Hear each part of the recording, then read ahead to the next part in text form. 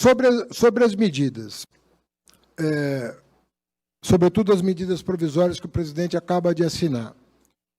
Uma da maior importância é que, o ano passado, o Supremo Tribunal Federal tomou uma decisão. Qual foi essa decisão? Tirar o ICMS da base de cálculo do PIS/COFINS. Ok?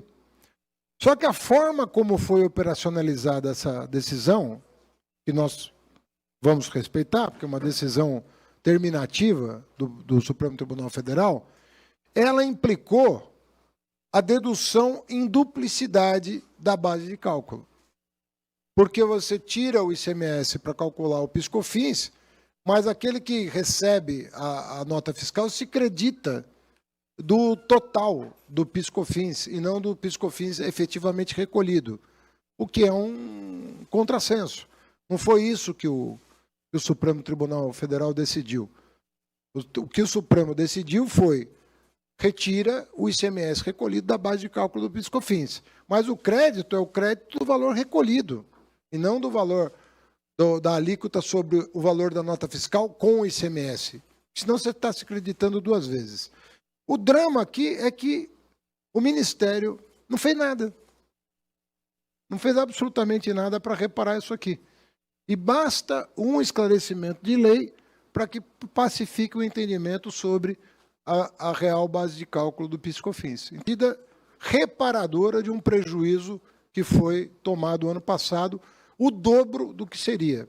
Foi da ordem de 65 bilhões e nós estamos prevendo aqui, até em função da noventena, que tem que ser respeitada, 30 bilhões de aumento de arrecadação. Então, nós já estamos falando aqui de alguma coisa em torno de 90 bilhões de reais. PIS/COFINS sobre receita financeira. Foi a revogação da medida provisória, por medida provisória, da medida provisória que o senador Mourão fez a gentileza de assinar no dia 30 de dezembro, renunciando a 4 bilhões e 400 milhões de reais de PIS/COFINS sobre receita financeira de instituições não financeiras. É bom salientar que isso não tem nada a ver com banco. Isso aqui tem a ver com instituições não financeiras.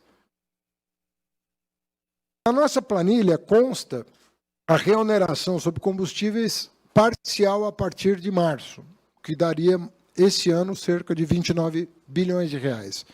Aqui, eu estou fazendo questão de salientar que essa decisão só será tomada quando nós estivermos à frente da Petrobras e no momento adequado. Ela está na planilha porque é o que a lei hoje está prevendo, que a desoneração da gasolina vá até final de fevereiro e que a desoneração do óleo diesel e gás vá até o final do ano. Então, na planilha... Isso aqui está ruim. Na planilha que vocês vão receber, está a estimativa de receita na forma da lei atual. Isso não impede o presidente da República de reavaliar esses prazos, a depender da avaliação política que ele fizer e a depender o que impõe continuar no rumo de pacificar esse país, né? E em relação também às conversas que nós vamos manter com a autoridade monetária, sobretudo à luz da última carta recebida ontem, justificando o não cumprimento das metas de inflação, já pelo terceiro ano, né, consecutivo. Oi? Segundo ano consecutivo. Então, nós temos que fazer essa leitura, porque é objeto da carta o tratamento desse assunto e nós queremos compreender exatamente o significado do que a autoridade monetária, que tem autonomia, o que ela está considerando para essa questão. Uma outra medida provisória, duas outras medidas provisórias, é a mesma medida provisória, uma só, do CARF, é uma só. Tem uma medida provisória, além do PIS/COFINS, que trata de dois assuntos. O que a gente chama de denúncia espontânea e o CARF. O que é denúncia espontânea? Tem vários municípios, eu fiz isso na Prefeitura de São Paulo, até com o Seron, e é uma coisa muito interessante, que a pessoa ela se auto-classifica em relação ao sistema tributário. Por exemplo, uma pessoa quer sair do super simples, porque ela não se enquadra mais nas regras do super simples. Só que ela não quer correr o risco de, ao fazer isso, ser multada em milhões de reais, porque fica temerosa de que a Receita Federal vai considerar que no passado ela estava, entre aspas, fraudando a legislação ou abusando da forma jurídica. Essa medida provisória dá segurança para o contribuinte se autodeclarar no regime jurídico próprio da sua empresa, sem as penalidades previstas na lei atual. Então, ela abre a oportunidade para que as pessoas regularizem a sua situação fiscal junto à Receita Federal. Isso terá um impacto da ordem de 20 bilhões esse ano, sendo que 5 desses 20 bilhões se estenderão pelos próximos anos, porque você regulariza a tua vida e aí você passa a contar com uma receita menor do que a regularização, mas que tem efeitos duradouros para os anos subsequentes. Então, nós estamos dividindo o que é temporário do que é duradouro aqui na nossa apresentação. Depois o Seron e Barreirinhas vão se debruçar sobre isso. E a questão do CARF. O CARF realmente passou por um processo muito complexo, que trouxe uma iniciativa, eu não vou nem entrar no mérito da iniciativa, que foi acabar com o voto de qualidade, que teve as seguintes consequências.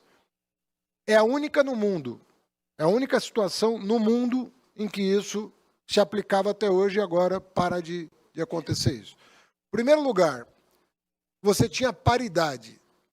São pouquíssimos países que prevêem paridade nos colegiados de julgamento de processo administrativo fiscal.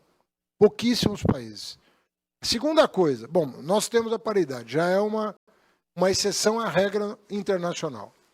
Segunda coisa é o seguinte, em caso de empate, a decisão era pró-contribuinte. Nenhum lugar do mundo é assim. Nenhum lugar do mundo é assim. Mas o terceiro é o pior de todos. Em caso de vitória do contribuinte, a Fazenda Nacional não poderia recorrer ao judiciário. O que não acontece com o contribuinte em nenhum caso. Perdendo ou ganhando, né? Porque ele pode ganhar parcialmente, né? Ele pode recorrer ao judiciário, e se ele perder, ele pode recorrer ao judiciário. Essa anomalia, que inclusive ensejou um acórdão do Tribunal de Contas da União, dizendo que isso era um grave problema que ensejaria até corrupção. Dizer do Tribunal de Contas, porque não fui eu que investiguei, é o tribunal que falou. E que é uma regra fiscal que não tem o menor plausibilidade, até porque, por processo administrativo, foram revistas teses jurisprudenciais consagradas nos tribunais superiores. Imagina, ministra Simone, uma tese pacificada nos tribunais superiores ser subvertida por um colegiado paritário na prática, com voto de qualidade a favor do contribuinte. Resultado, 60 bilhões de prejuízo anual. Essa é a consequência dessa mudança. Detalhe, parou-se de julgar. E os processos acumulados saíram de 600 bilhões para 1 trilhão e 200 bilhões de reais. Dobrou os processos acumulados no CARF. Ou seja, uma completa distopia o que aconteceu. Era melhor não ter CARF do que ter desse jeito. Como era antes, mandava a delegacia regional da Receita Federal julgar, colegiadamente ou não, e vai para o judiciário depois. Isso acarretou 60 bilhões de reais de prejuízo por ano. Por ano. O que nós estamos prevendo aqui nas nossas previsões? Que a gente tem um ganho de 50 bilhões este ano, dos quais 15 serão permanentes, pela mudança de cultura no próprio CARF. Então, 35 de receita extraordinária e 15 de receita ordinária a partir desse ano. Uma coisa também bastante dentro da razoabilidade, sobretudo à luz da qualidade dos processos que estão no CARF. Só para vocês terem uma ideia, pouco mais de 120 processos respondem por 600 bilhões de reais em crédito. 600 bilhões de reais em crédito. Metade do que está parado no CARF diz respeito a 126, se eu não estou enganado, processos administrativos.